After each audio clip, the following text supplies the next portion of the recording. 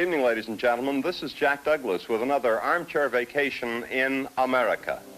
This, believe it or not, is the origin of the city of Chicago, Fort Dearborn in 1820.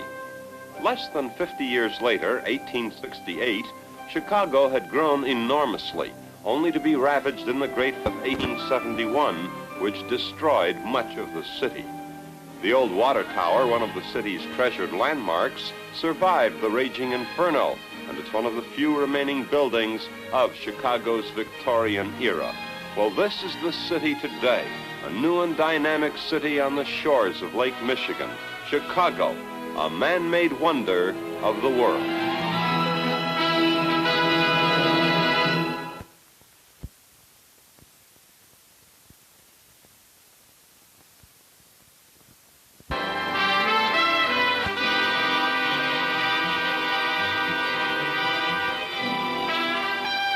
This is not what Chicago looked like the last time I was there 5 or 6 years ago. And if you haven't been a visitor in recent years, you're in for a lot of pleasant surprises. The skyline from Lake Michigan is a beauty. The Chicago River cuts through the heart of the city, and you can see the sights from aboard one of these attractive lake and river cruise boats. The Skyline cruises dock at the corner of State Street and Wacker Drive, and the price is right. $2 for a 2-hour tour, $1 for the youngsters. Here's the world's largest post office, and running underneath it is the Eisenhower Expressway. From street level to the top of its steeple, the Temple Church is the world's tallest church. At this close distance, the Merchandise Mart is even bigger than it appears in pictures and on postcards. These twin apartment towers soar 60 stories high, a complex known as Marina City, the world's tallest residential apartment buildings. Marina City also has offices, a theater, resort facilities, and a marina that can shelter 700 boats in dry storage space. The Wrigley Building there in the background has many distinctions, and perhaps the most interesting is this. It's the only building in Chicago scrubbed annually with just plain soap and water. And that's quite a job. Leaving the river, the sightseeing boats cruise the shoreline of Lake Michigan, and all in all, it's a pleasant way to spend part of a morning, afternoon, or evening. We're taxiing now along State Street, of which the guidebooks say the most convenient and concentrated shopping district in the world. Maxwell Street is also a shopper's paradise, an open-air market that rivals in size and variety the flea markets of Europe. You name it, they have it, from a lampshade to a new, or almost new, pair of pants. In mid-afternoon, when there are lots of potential customers, prices are higher than at the close of the day, when the merchants are anxious to dispose of their wares. Incidentally, Sunday morning is a good time for vacationers to browse the Maxwell Street Market. It's a must. This attractive building is part of the Chicago Fire Academy at 558 West Dakota. It's situated near the site of the O'Leary House and Barn, the barn that supposedly ignited the terrible fire of 1871, according to the inscription on a base of this modernistic sculpture, Tongues of Flame. Generally speaking, we would not think of a fire academy as a tourist attraction, and yet tens of thousands of visitors pour through the academy each year, fascinated by the training procedures of a distinguished fire department. And from a tourist point of view, this is where the action is, and it's free.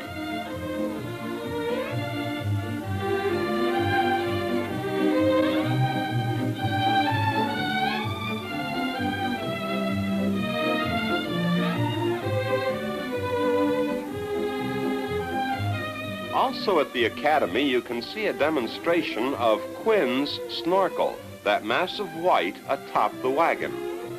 The Quinn snorkel was conceived by Fire Commissioner Robert J. Quinn, who got the idea after watching a park department tree pruning machine. The snorkel is destined to make the hook and ladder obsolete. Here's how it works, as explained to us by Lieutenant Robert Maloney. The snorkel is quite an improvement over the old hook and ladder. As you can see, we can go straight up and down this building just like an elevator. I can make a 90-foot range here. All these windows in the academy I can reach without moving my apparatus once. For rescue work, it's ideal. You go up to a window, and you don't have to talk to nobody to get into this basket. The people just come automatically and get right into the basket.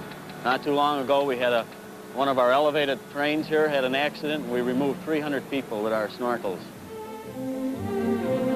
Make this another must on your Chicago vacation, the Fire Academy on West DeKoven. Chicago is world-renowned as an entertainment mecca, and we can start with a pump room of the Ambassador Hotel. Then there's the Gaslight Club on East Huron Street, the first key club in America. And here's the original Playboy Club at 116 East Walton. It's Bunny Banner waving a welcome to the young in heart. But here, in what was formerly the McCormick Mansion on East Ontario, is my idea of the absolutely perfect family restaurant and theater, the Kungshong. This excellent restaurant is operated by the Fred Harvey chain and offers a varied menu to please almost any palate. However, its smorgasbord is the big deal because, after all, almost any restaurant serves a steak or a cut of beef, but a Scandinavian smorgasbord is not that common. So most first-time patrons make a beeline for the bulging table. Well, anyway, after dinner, we're treated to the Kungsholm Miniature Grand Opera. It's ingenious and it's purely delightful. Pagliacci is performed by puppets. Notice here that these are mechanically operated puppets. No strings or wires are used in controlling them.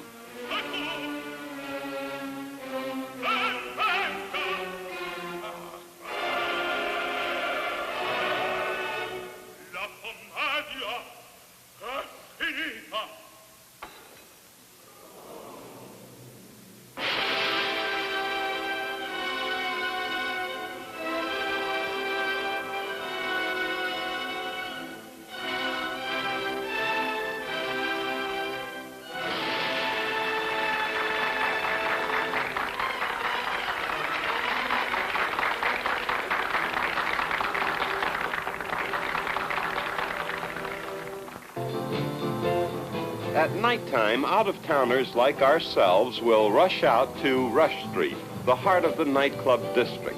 And as our teenagers would say, it's a swinging place, as these neon signs indicate.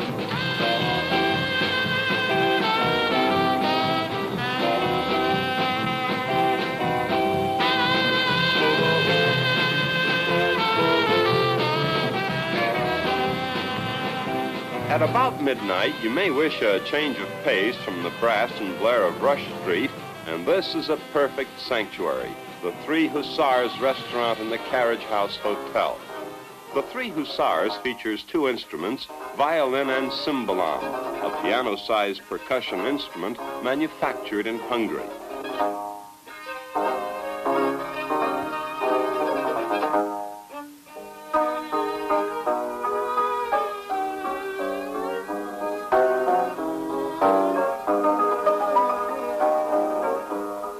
The Three Hussars, and so to bed.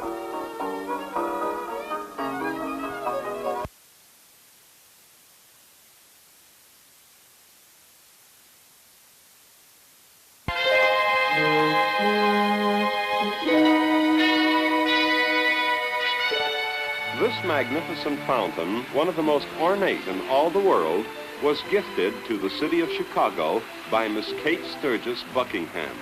The fountain is located at the foot of Congress Street at Lakeshore Drive. The capacity of the basins is 1.5 million gallons, and the central jet forces the water skyward 190 feet. And isn't it a nice background for some vacation-type snapshots?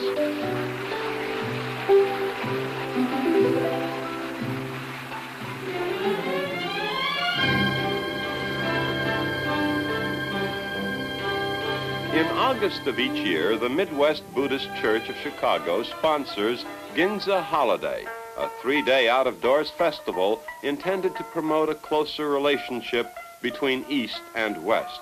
Well, from our viewpoint, it's a once-over-lightly trip to Japan without leaving Chicago. The dances, the music, the costumes, all are authentically Japanese.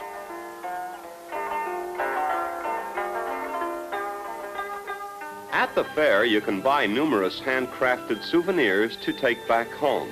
Japanese dolls, floral displays, or the highly stylized work of a quick sketch artist. This mountain scenic was finished, by the way, in about 7 or 8 seconds, and heavy brushwork of this type is called sumie. For more entertainment, there are demonstrations of the so-called samurai sports, such as Aikido, which is akin to Jiu-Jitsu. In this sequence, a would-be purse snatcher gets his comeuppance. Well, the intended victim gets a big hand, mostly, I might add, from the ladies.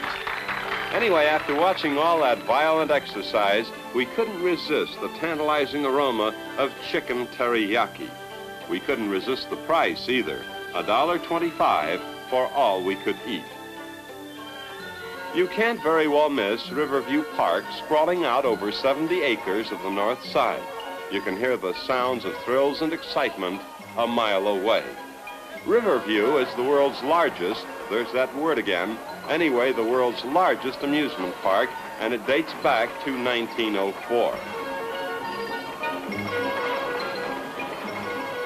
After the usual amusement park attractions, let's try some of the more unusual ones. The water chute, the only one of its kind in the country, was built in 1908.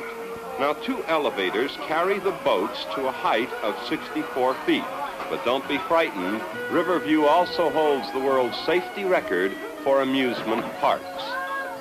Once at the top, the boats hurtle down the watered chute, and I mean they hurtle.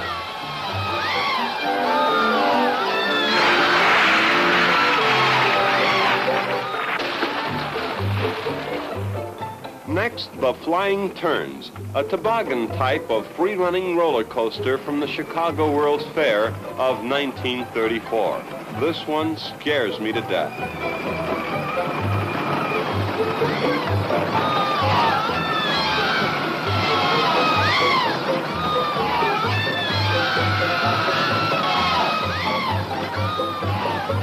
The Parachutes utilizes an observation tower erected in 1910. Then in 1936, they decided to use the tower as a parachute drop. And here we go, 212 feet to the top. Incidentally, the parachutes conform to Air Force specifications, if that's any comfort to us.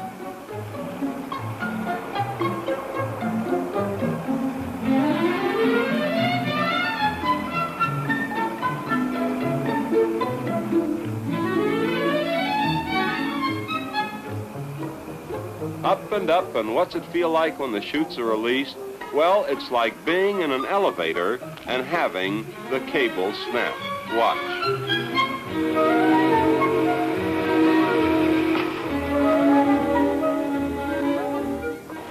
The roller coaster ride at Riverview is a classic, and they just don't build them like this anymore.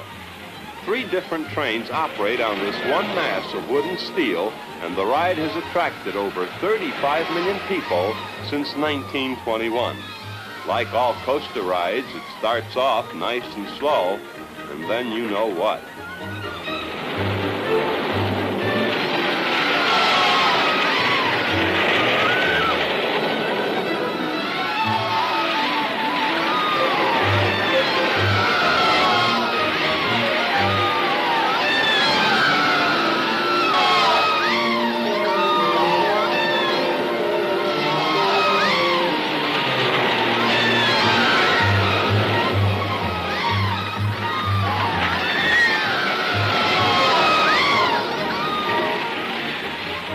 By now, your youngsters will probably have had their fill of action, but not necessarily excitement.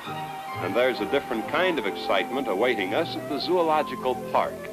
We're looking now at part of the mall with the Theodore Roosevelt Memorial Fountain in the foreground. And what a selection of wildlife they have in this great zoo. The Dall sheep of the Canadian Yukon and Alaska, the only species of white bighorn. The parents of the first black rhinos born in America. The majestic African elephant, said to be very obedient and amiable. I suppose they mean after the elephant has been trained. The Malayan tapir, related to the rhino and the horse, found only in Malaya and Central and South America. Giraffes, the tallest creatures in the animal kingdom. The dromedary one-humped camel. Baboons, unattractive and really bad-tempered. The common black bear, found anywhere from Florida to Alaska.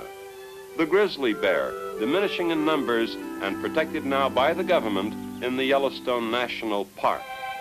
The Arctic polar bear. The African lion and lioness, not nearly as fearsome as the tiger, pound for pound, one of the most dangerous creatures on four legs.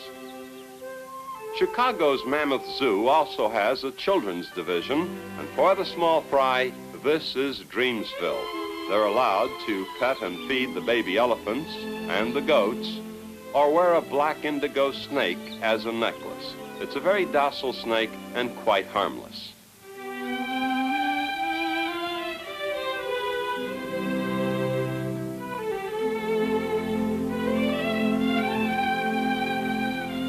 The zoo also has the country's only inland porpoise arena, and the lovable dolphin put on a fun, happy show in a huge tank which is artificially salted. Now set aside at least a morning and an afternoon when you visit here, the Chicago Zoological Park.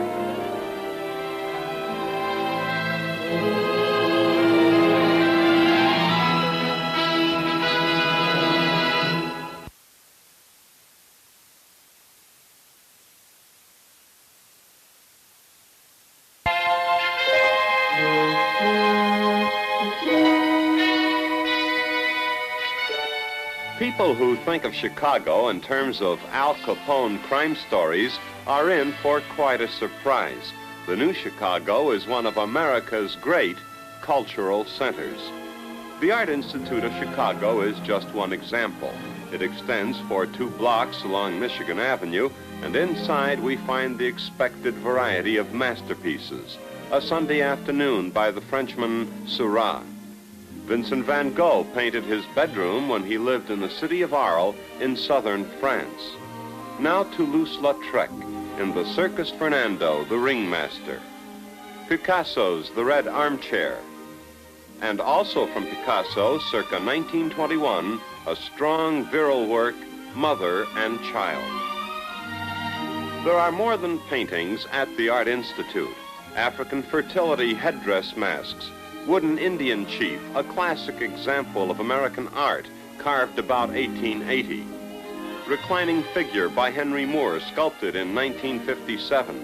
And this massive stonework, Shanmukha on a peacock, dates back to the India of the 12th century.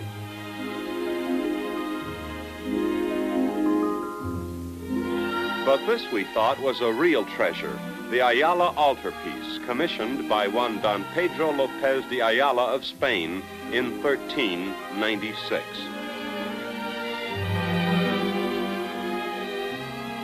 Well, you can't see it all in a few minutes. Plan on at least 4 hours at the Art Institute of Chicago. Then, perhaps after lunch, make a beeline for the Natural History Museum. It's an enormous place, but if you're not in a hurry, there's something worth seeing every foot of the way. We don't have the time to describe even the few exhibits we photographed, but you should know that the Natural History Museum has the largest collection of primitive art in the entire hemisphere. And shades of Halloween, what have we here? More masks than we'd see at the Mardi Gras. Masks from every corner of the earth. Here now is early man who lived in caves and rock shelters of Western Europe about 50,000 years ago. In a Maori council house, the figures are adorned with feather capes and the faces are tattooed. Far less civilized are the Bushmen of the Kalahari Desert of Africa, depicted in this bronze sculpture. And you'll be awed by this reproduction of an Aztec market in what is now Mexico City, a market that flourished shortly before Cortez came and conquered. Another highlight is this moon model, which, though constructed in 1888, is still a fairly accurate picture of the surface of the moon. In size, the Chicago Historical Society is smaller than the museum or the Art Institute, but don't bypass it. Listen. This, despite other claims, is the anchor from the Santa Maria, one of the 3 vessels used, as we know, by Christopher Columbus in his discovery of the New World. The Society, by the way, has ample proof as to the authenticity of the anchor, and the proof is irrefutable. The Santa Maria anchor was discovered in 1891. The Society also has one of America's finest Lincoln and Pioneer collections. These cane chairs were brought over from Ford's Theater to the house across the street where Lincoln died. And this, not the bed in Washington, is the actual Lincoln deathbed.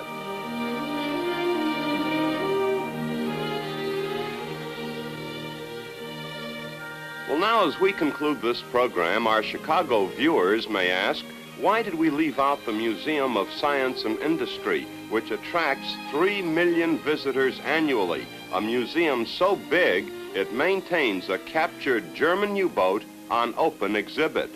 Chicagoans may also wonder why we have bypassed Old Town, that magical, magnificent restoration which is now the #1 entertainment attraction in the entire city. Well, in a future program, we're going to concentrate exclusively on Old Town and the Museum of Science and Industry, the most fascinating museum of its kind on Earth. For example, let's quickly board that German U-boat, and here's part of its story by Dick Freitag. I'm standing in the control room of the U-505. Right here where I have my hand is the helmsman station for steering the submarine when running submerged. Here is a repeater compass from the gyro compass behind me for navigation. Over in the corner of the control room is a sea strainer that the Germans used at the time of the capture for scuttling the submarine. At the time of the capture, the skipper had brought the submarine to periscope depth and noticed 5 destroyer escorts converging on him and decided he didn't have much of a chance and wanted to save his crew. So he gave the order to scuttle, and the chief engineer opened the sea strainer, but did not take the time to open it all the way where the water would have gushed in and nobody would have saved the submarine. Instead, he only took a couple of turns and the water was just flooding in to the after part of the submarine at the time our boarding party came aboard. The first man down, fortunately, found the sea strainer and the cover laying right there and replaced it and saved the submarine with about 2 or 3 minutes to go. Otherwise, it would have gone down. And at the time, or up to the time of the capture of this submarine, the U-505 had sunk 8 Allied ships totaling 46,000 tons. Yes, we'll come this way again in the near future to Chicago, a man-made wonder of the world. I sincerely hope that you enjoyed tonight's Armchair Vacation and that we'll meet again next week somewhere in America. Until then, Jack Douglas saying thank you so much and good night, ladies and gentlemen, boys and girls.